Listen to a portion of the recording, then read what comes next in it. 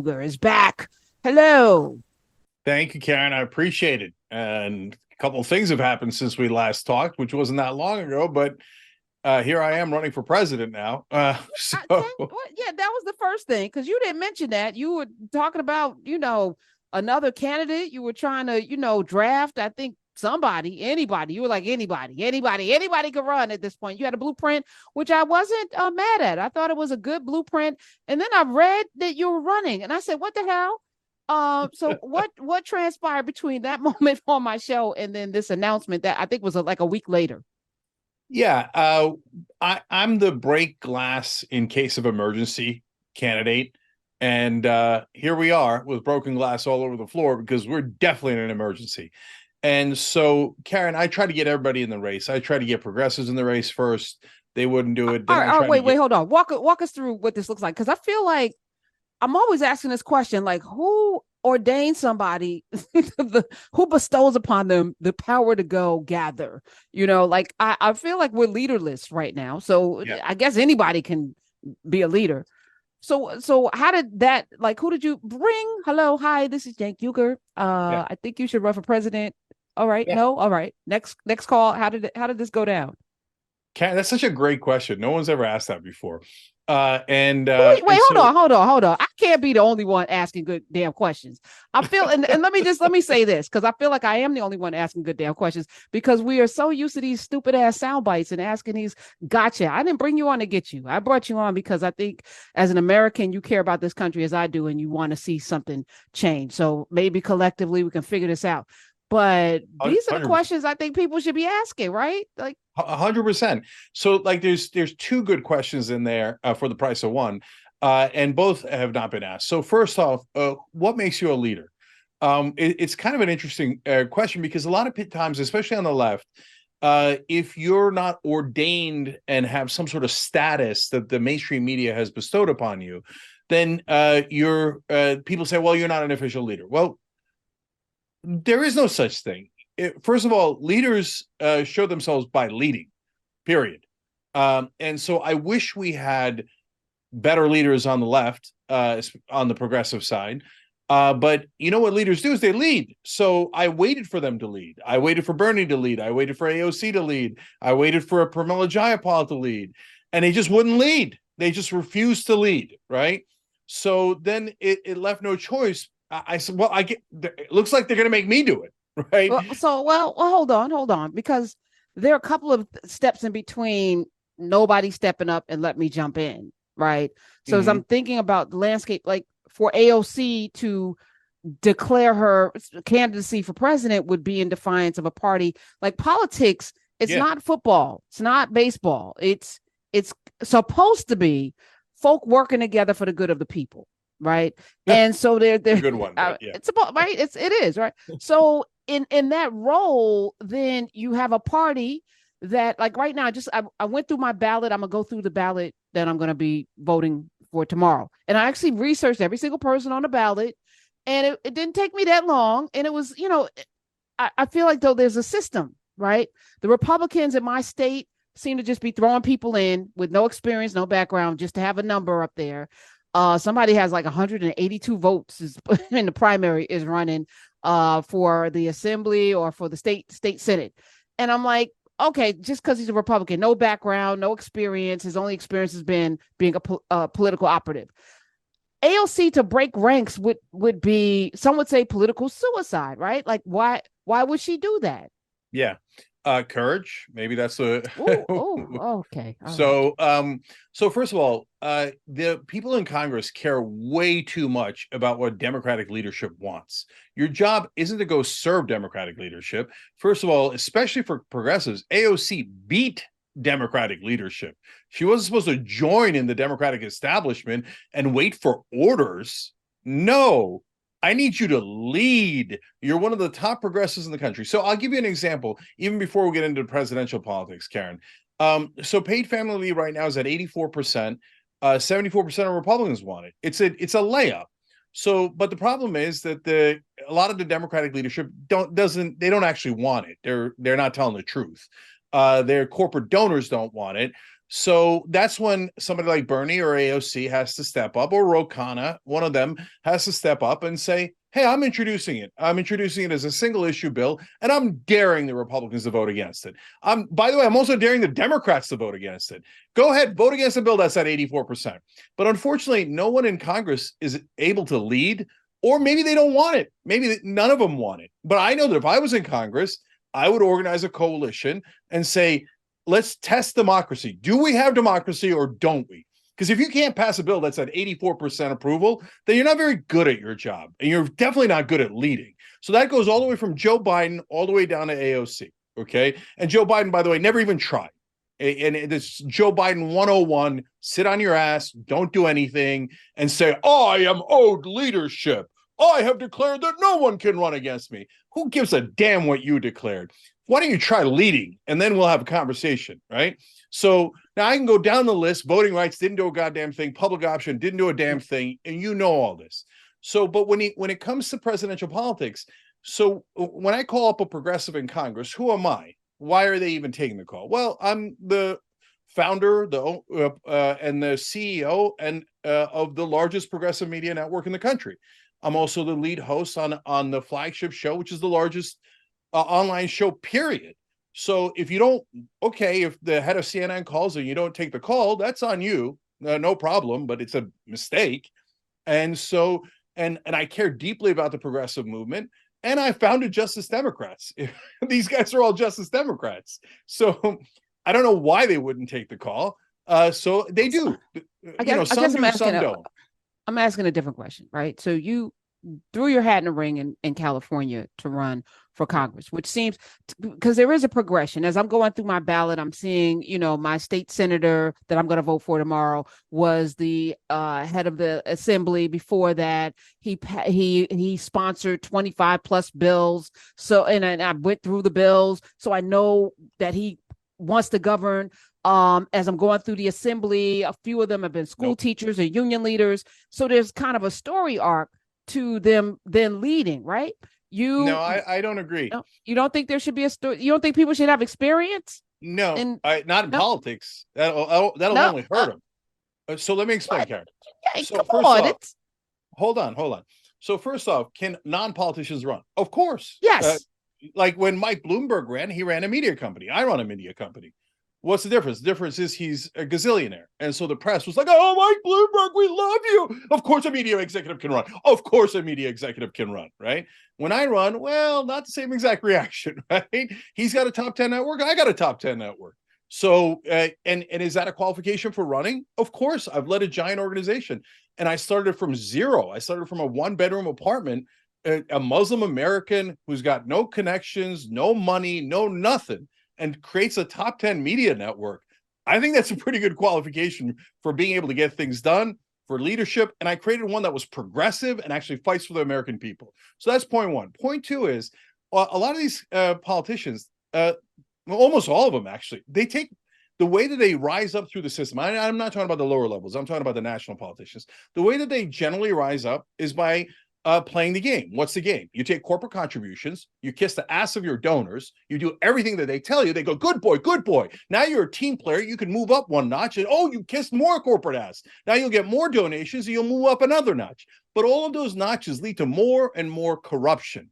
So if you have experience in being corrupt, I'm not interested. I'm not at all interested. You need an outsider like me, cenkforamerica.com. I also bought BidenIsGoingToLose.com, and that also. Oh, come on, I mean, okay. All right. But that's a fact. These are all facts. Now the New York Times. That's not a fact until it happens. A fact is a fact. Like we're gonna have to agree on what is a fact. Biden's gonna lose. That is not a fact yet. That is absolutely not a fact until it happens. Cenk Uygur is here. So California, you got, I think, about 5% of the vote. So. Right. Yeah. Somewhere in there. I'm not disparaging you. Listen, first of all, the courage to run, I would never do it. Kudos to you, because I do think you are in it to do some things, to shake things up and to make this country a better place. I do believe that. But I'm like, where is the groundswell of like drafting you into this, where you couldn't get more than 5% in a progressive? Well, That state's like New York. I know it's like New York. California waxes and wanes like New York and New Jersey. It can't be trusted. But you know that you didn't get California. Yeah. How are you gonna get the world, the country? Right. Yeah, great question. No problem answering that. First of all, I got a whole 6.6%. So, Okay, I'm sorry. I so didn't want to deprive you of your no, 1.1%. I'm sorry. 1.6, yeah. All right, no. So obviously, the bottom line is, did not break through in that congressional campaign. So why didn't I? And why is the presidential campaign different? I mean, who am I? I lost in a congressional campaign. How the hell would I run for president? That's a lot of people think that. There's nothing. Yeah, that's a perfectly fair question. Now that gets into the media dynamics. So the reality is, there's only two ways to become a legitimate candidate at the national level for anything, Congress, Senate, or president. One is money. If you're loaded, you can just buy enough ads and put yourself in the game, right? Or media treats you very, very positively. And they do, especially for corrupt politicians, then the media loves you and they call you credible and legitimate. If you're an outsider fighting for the average guy, oh, boo, not legitimate, boo, not credible. Oh, that guy's for the average guy. He doesn't even serve the donors. No way, right? Now, but that, Karen, what's interesting is that's true at the congressional level. It's also true at the presidential level, but the presidential level is in some ways easier. Now, that's a mind bender. Let me explain why, and then I have proof. So at the congressional level, I got smeared by mainstream media, LA Times, New York Times, etc. Like, for example, they called me anti-Muslim and they didn't even say, oh, by the way, the brother's Muslim. Okay. So total, utter lies, unbelievable lies. Okay. So, okay. But they never gave the mic back to me. So if I was an average voter in that district, I would have voted against me because the only thing I would have seen was this negative smear piece against me. And I never got a chance to respond. But interestingly, at the presidential level, there's a bigger mic. And I go on interviews like this. I've gone on dozens of interviews and they give me the mic back. And when I have the mic, people listen and they go, well, he's definitely in favor of the policies that I'm in favor of. And he actually wants to pass them. In fact, the whole reason he's in the race is because he wants someone to actually pass these damn bills, because the bills actually affect your lives. Everything else is ego for politicians. I don't care who wins. I care which bills get passed. So then where's my proof? I mean, look, if you can't win on a congressional level, there's no way you're going to register at the presidential level. The governor of Arkansas is at 0%. The governor of North Dakota is at 1%. So Quinnipiac does a poll, first poll I'm in. Where am I? I'm not breaking records or anything like that. And we're not close to 50%, but I got 2%. I'm higher than those governors. I'm higher than those governors. Everyone in the world thinks I thought that I would be at 0%, but all of a sudden I'm at 2. Okay. So that all that does is it puts you on the board. But when 2 becomes 4 and 4 becomes 8, now we're going to have a conversation. Okay. And it's going to cenkforamerica.com. And my main advantage is I'm not tied to the corrupt system. I don't have to kiss Joe Biden's ass. I don't have to kiss the donor's ass. My job is to deliver for the voters, lower drug prices. There's no reason not to lower drug prices. The only reason they don't do it is because they're serving big pharmaceutical companies and everybody knows it, except no one says it because, oh no, Democratic leadership would be upset at you. You wouldn't be part of the President machine. Biden I don't want to be part of that corrupt machine. Well, the Biden administration actually lowered insulin prices and capped it. So one drug out of tens of thousands. I know. I mean, but it's more than anybody else has done. I mean, we're talking in something else. Look at how low that bar is, Karen. Look at how low that bar. Well, the bar is low. We are in an era, an age. I call it. It's probably the age of ignorance, the age of inhumanity. I don't know what this is going to be called 100 years from now, but we're in history. So clearly, things are off the rails. I'm all in. On that, what is a progressive? Because I hate labels personally, so maybe I should be part of the no labels. I don't know. Don't do that. Honestly, no, I don't want to do that. But I was thinking about, like, I've never grown up thinking about myself as a Democrat or a Republican. I'm a human being who's having an experience here on this earth with other people, and there are things that my community needs, right? So all politics is local is the whole thing, the idiom. And I feel like yes, we need to lean in, which is why I spent time with my ballot in what's going on locally, and then branch out. The president really has 3 jobs. You're the commander in chief of the military. So I guess as president, you would not want to get money going over to support what's happening in Ukraine or in Israel. Would you not want either? Just curious, just you personally. Two totally different issues. I know they are, but I'm just, Yeah, as president, though, you would have just to real suss real that quick. out. Yeah. So Ukraine, we got to help Ukraine. Russia invaded Ukraine. Ukraine's an ally. They gave up their nukes on the belief that we would help them. Now, how much you help them and how much that goes to them as opposed to defense contractors is a really interesting conversation. Okay. And that's a conversation debate we need to have. But that one's complicated. At this point, I don't think Israel and Gaza is complicated at all. Israel is committing genocide there. 10,000 Palestinians killed. What Hamas did originally was disastrous, awful, horrific, wrong, morally, strategically, you name it.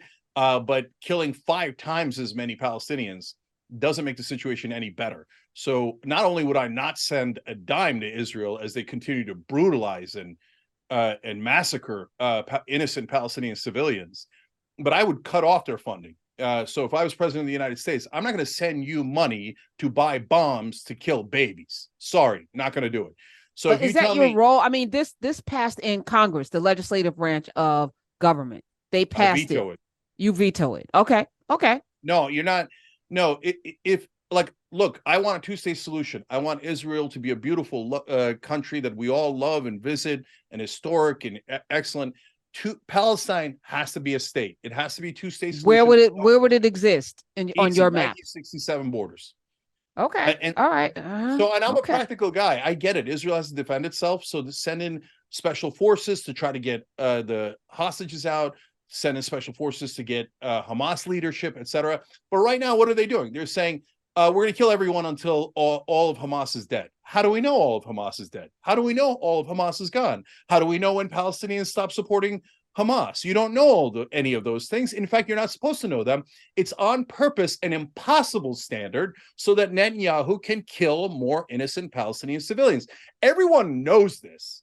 It's just that half of American media has to pretend that kind of barbarism isn't happening. It's why would they do that?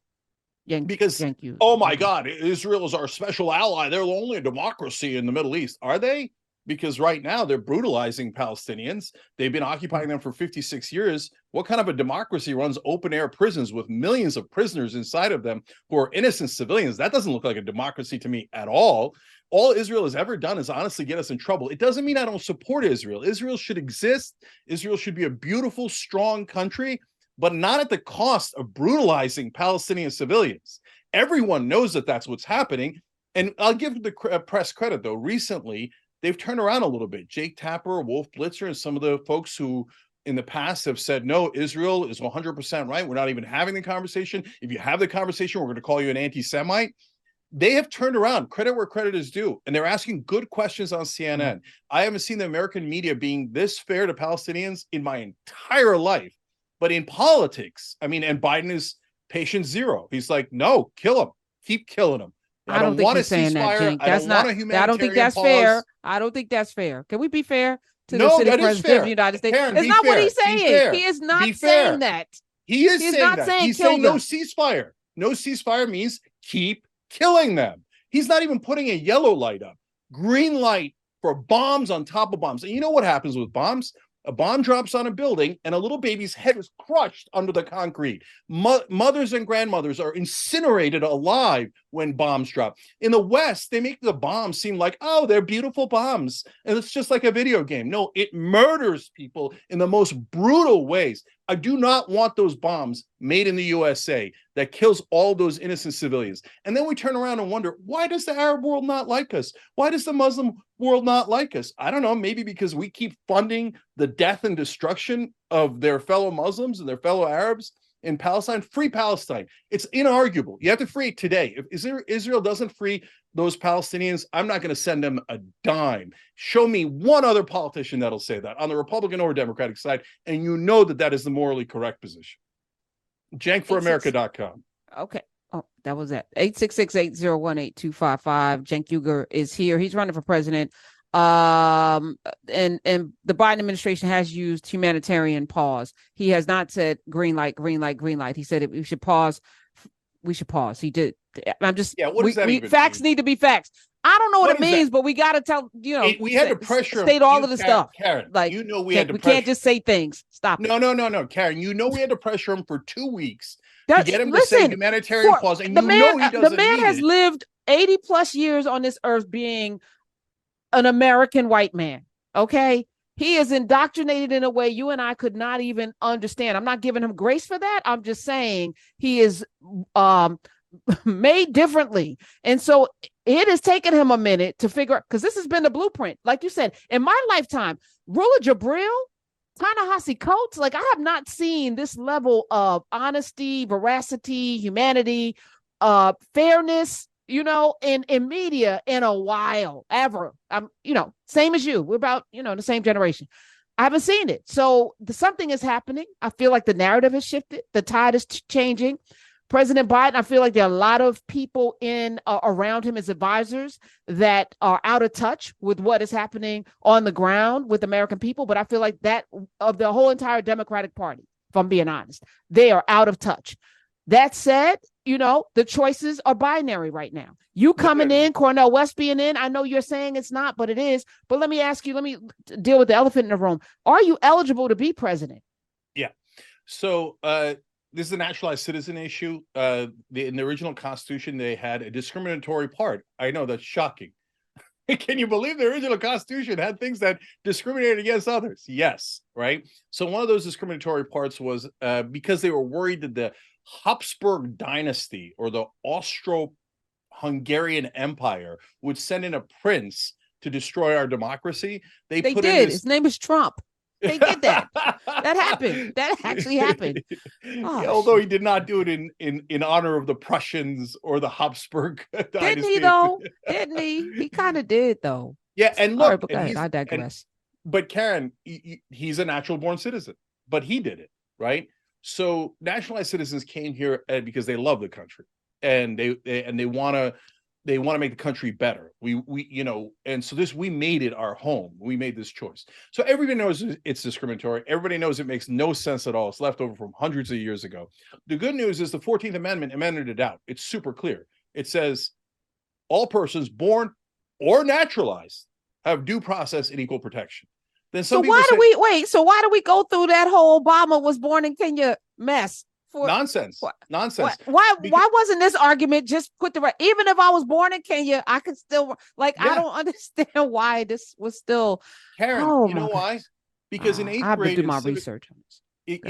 Because in 8th grade in civics class, we all learn this cute little thing. Oh, in order to be president, you got to be 35 and live in the country 14 years, and you have to be born in America. At which point, everyone in class points to the naturalized citizen. This has happened to me dozens of times, and goes, "Ha ha! You can't run for president. We have a weirdly irrationally moral rule, right?"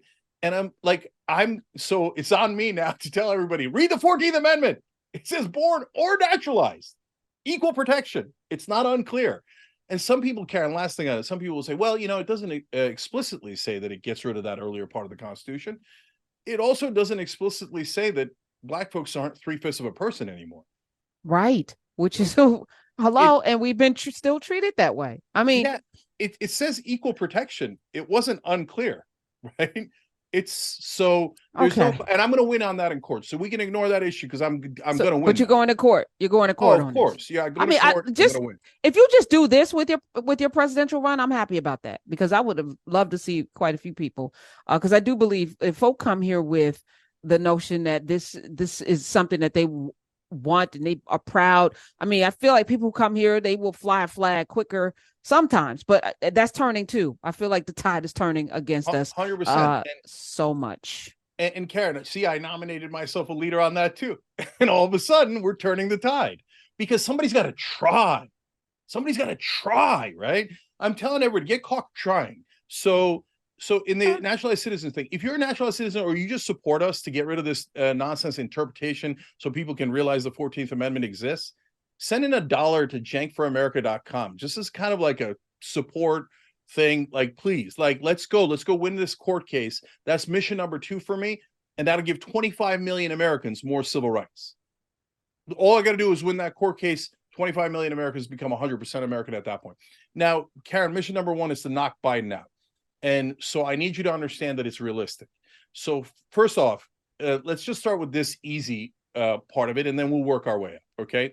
So imagine a debate between Trump and Biden Okay, now everybody in the audience, imagine that. You know what you're imagining. You're worried. You're worried if Biden can finish his sentences, if Biden will mumble, if Biden's going to be all right, right? Now imagine a debate between Trump and me. Ho, ho, ho! Come to Papa. Come to Papa. I would eviscerate that dude. And Oh my everybody God. knows it. I don't know, Jank. Okay. You're thinking very highly of yourself. I don't know. I don't know. Okay, Karen. I wouldn't underestimate him. And not that I, have any at all respect for Donald J. Trump, but I'm just there's a lot of hyperbole here. No, Karen, let me explain. Let me explain. And we'll let you and the audience be the judge. Okay. So let's say we're in the debate. But, Biden and the Democrats, they're always like, oh, we're going to be civilized and really quiet and not really make our case. We're going to be gentlemen about this. Okay. Me, I like to wrestle in the mud. So, Trump, you want to get in the mud? I will do unspeakable things to you in that mud. Is Okay. that So, what we here's need though? how. Like I'm sorry. I don't I'm not electing a mud wrestler. I want somebody that's No, going but to lead Karen, us. that's why we I'm just lost. That's why no. we This is lost, because we oh my elected a gosh. bunch of This is not going to end gentlemen, well. gentlemen and gentle ladies who go in there No, civilly. No, here's what I would do to Trump. Trump, listen, you got $413 million from your dad. Where did it go, you loser? Where did it go, loser? Spoiled little baby. You're spoiled Donnie. Hey, spoiled Donnie, you lost your daddy's money. Your daddy's not around. Then you lost Jeff Zucker's money. He gave you $400 million at NBC. Where'd that go? You're not even going to be able to pay the civil fraud trial here at $250 million. You don't even have it, do you, Don? Why did you lie about having $10 billion? Why are you selling T-shirts on True Social if you're a billionaire? You're hawking merch? You're hawking merch, spoiled Donnie. You ran out of money, didn't you? You know why? Because you're a loser. You've never accomplished anything. You had 6 bankruptcies. So who do you think you are to lead this country when you couldn't even lead a simple business? When you couldn't even take $400 million that your dad gave you and turn it into anything. You turn it into one bankruptcy after another. So look, Karen, you take his so-called strength, which is being a businessman and being an executive and being a strong leader, and you undercut him. You cut his legs out from underneath him. He's never experienced that because the Democrats are so weak. They don't believe in fighting. Send so me why in. not? I'll rip that guy's face off politically.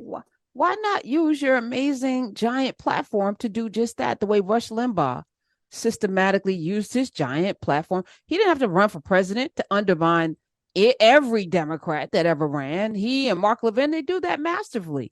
Why not do that and help America? I don't think we need you as a presidential candidate as much as we need your giant media platform to do what you just did just now. You could do that every single day and bang on that gong. You have the biggest platform, you said, online anywhere. Yeah. Do that every day and we can get, and it doesn't really matter who's in terms of Biden at this point. It's about now the issues and bang on the issues to the point where the American people, where there's no, we force people into doing things the way Biden had to soften his stance on Israel and Palestine. Why? Because thousands and thousands of people in the street right now, and you can't deny that Jewish people in the street saying not in my name. There are Muslims in the street saying not, this has to stop. Black folk, I mean, why not do that instead of run for president? Is this the best use of your time, sir? 100%. So I'm going to give you 2 reasons why. But before I even do that, Karen, wouldn't it be amazing if we had a Democrat who you didn't have to convince to be a Democrat, who we didn't have to beg and plead and protest before they actually did the right thing? Because why do our Democratic leaders always make us do them make them do 5% of what they promised? Here's the problem: these parties are mutable. The Democrats become Republicans and vice versa. There's no such thing as a Democrat. There's no such thing as a it's the people's will that shoves it down the throat and makes people become these things. We haven't done our job as folk that elect people to hold folk accountable to the things that we want. So we've let a lot of things go for 20, 30 years. We just hope that the better angels would appear. They're not coming. We are the better angels. So it's up to us to make people do the things that we need them to do, period. Karen, you just made my case for me. I love it. I could use it as a campaign ad. Okay? Do it. I mean, but don't put it on your page and get $1 for it, though. Don't do that. Okay. Karen, but listen to the argument you just made. So for 20, 30 years, we've been asking and pleading with Democratic politicians to do the right thing. And sometimes if we're super lucky on 5% of the issues, after we beg them and protest them, they finally do something. Why? Why does it take so much effort to get them to do the damn thing that they theoretically promised us? Because of the donors. They're being bribed by millions and millions of dollars. Sure. Everybody knows this. Everybody knows this. So why not elect someone who isn't bribed, who you don't have to convince, who's actually in the race to get those bills passed? So, and now why go to politics instead of doing the media? Well, number one, I already do this on Young Turks, but when you do it in a presidential race, Karen, what you get is a media multiplier effect. So then I'm not just doing it on the Young Turks, but then New York Times, Washington Post, CNN, MSNBC, and by the way, hundreds of outlets, online, local news, etc., are now all reverberating that same message. So it's one thing when I attack Donald Trump on Young Turks and it goes to the Young Turks audience, it's very large. But it's another thing when I attack Donald Trump and it goes to all audiences, okay? And number two reason why to run is because they made me do it. I waited and waited for a Democrat to actually do the things that they promised. And they never did it. They never did it. If you can't give us the minimum of voting rights, you can't give us the minimum of the $15 minimum wage. Right now, the federal minimum wage is at $7.25. If you work every day with no breaks at all, that gets you $15,000 a year. Who the hell can live on that? I mean, it's a monstrosity. It is immoral to have wages that low. And what has Joe Biden done? The minute he got into office, he said, no, we're not doing $15 minimum wage. He said it in the Super Bowl interview. He said it in his second interview. And then everyone's like, oh, please, please, Democratic leader, can you please do one of the things you promised us? And he's like, no, that would hurt my corporate donors. Why don't we elect someone who doesn't give a damn about the donors and wants to serve the voters? So I'm done waiting, Karen. You just said it. You are the answer. And so if you help me, cenkforamerica.com, we will do it together and I will be your voice.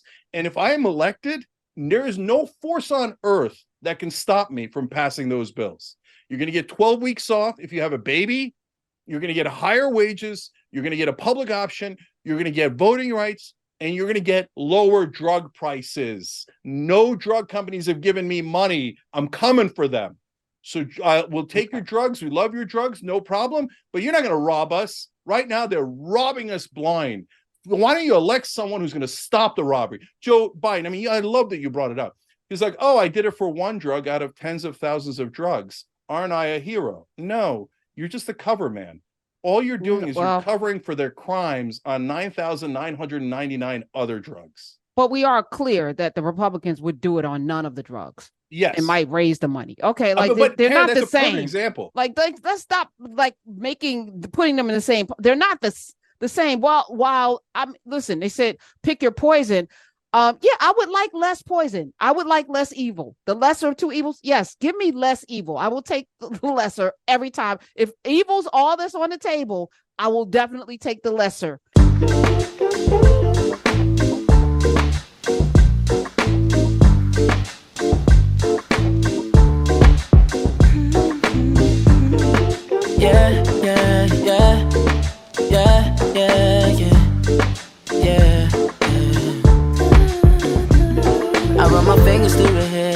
She smiles and says that she loves me. Isn't it lovely when the one who loves things